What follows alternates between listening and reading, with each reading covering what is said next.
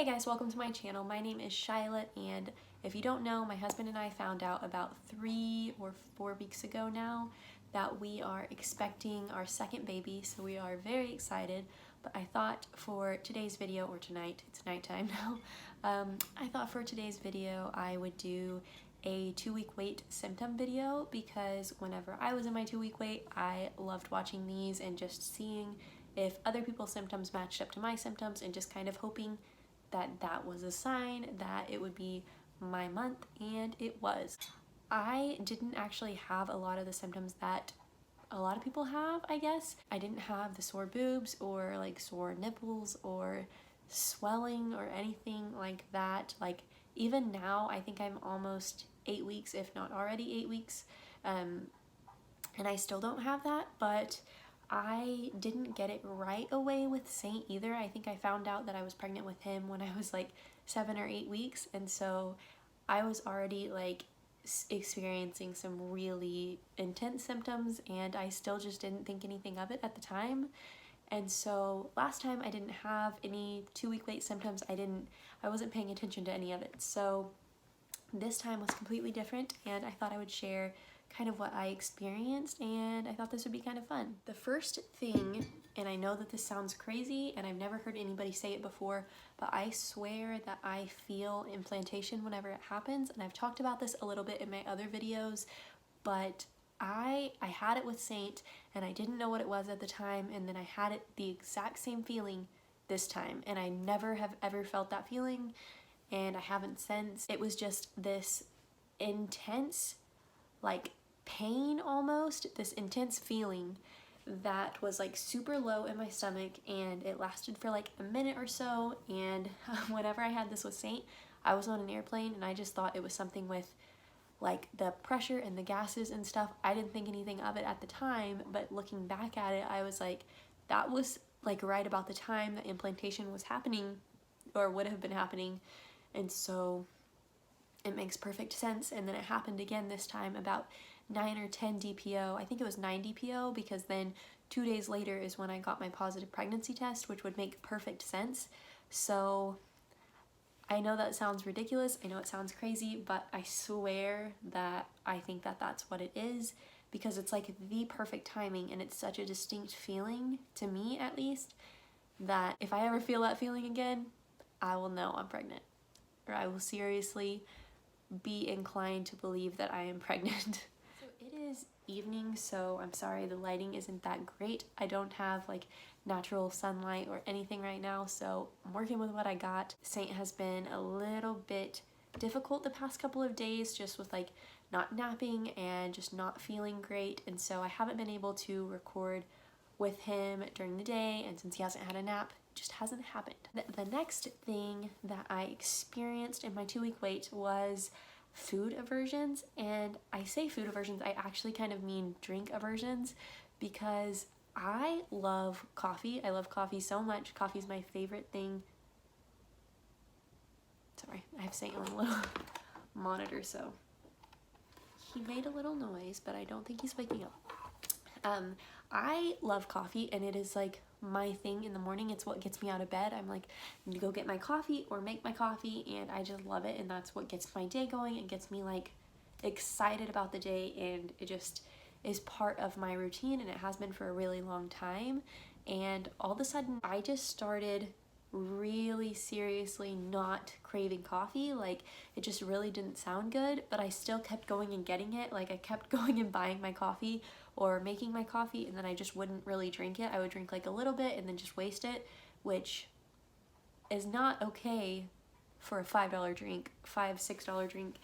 That's not a good thing. So I eventually just stopped buying it, and I haven't bought it in weeks actually. Like, it's really sad, and I hope that it comes back, like that I start to like coffee again, because I really do like it. And it's not that it tastes terrible to me. Like, I get it and it tastes good still. It just like, is it appealing to me really? The other thing is, like I was saying, I'm thirsty all the time, so I'm drinking so much water. I'm drinking it like all day, every day, which is not like me at all. I don't really like water, but for some reason right now it tastes really good and I'm just craving it. So that's pretty much what I'm drinking.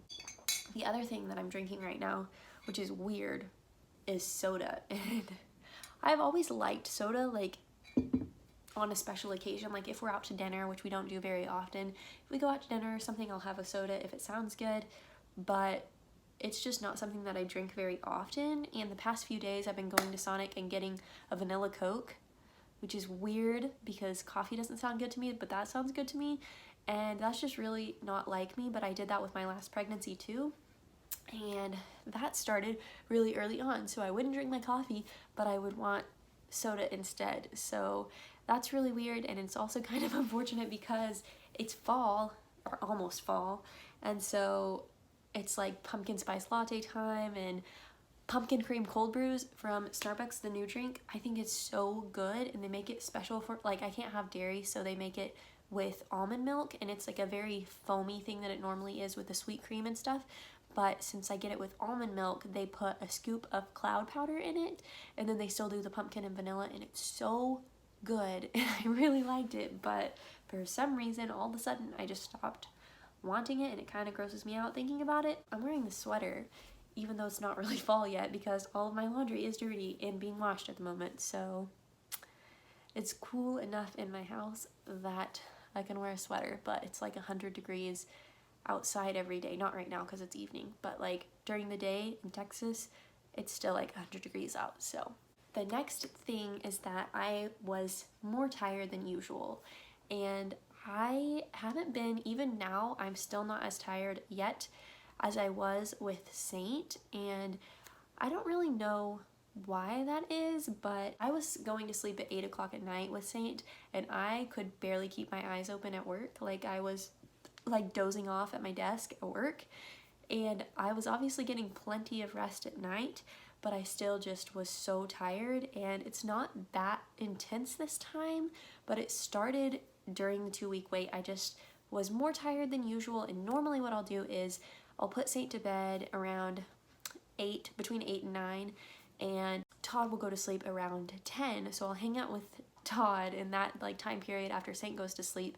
And then once Todd goes to sleep is like my time, and so that's like the only like alone quiet time that I really get.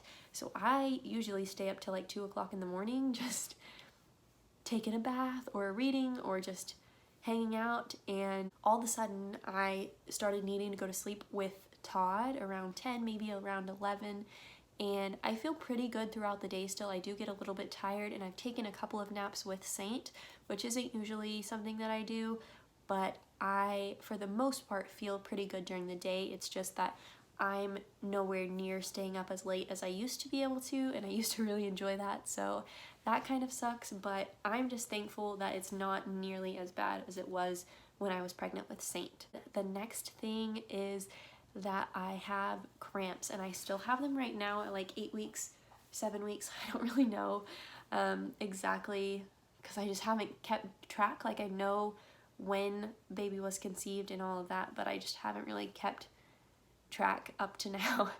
But anyway, I have been having a lot of cramping, but it doesn't feel the same. This might sound kind of crazy too. It doesn't feel like period cramps. It's just a little bit of like an annoying achy feeling, I guess, if that makes sense. And that's been like pretty constant, and it was the same with Saint.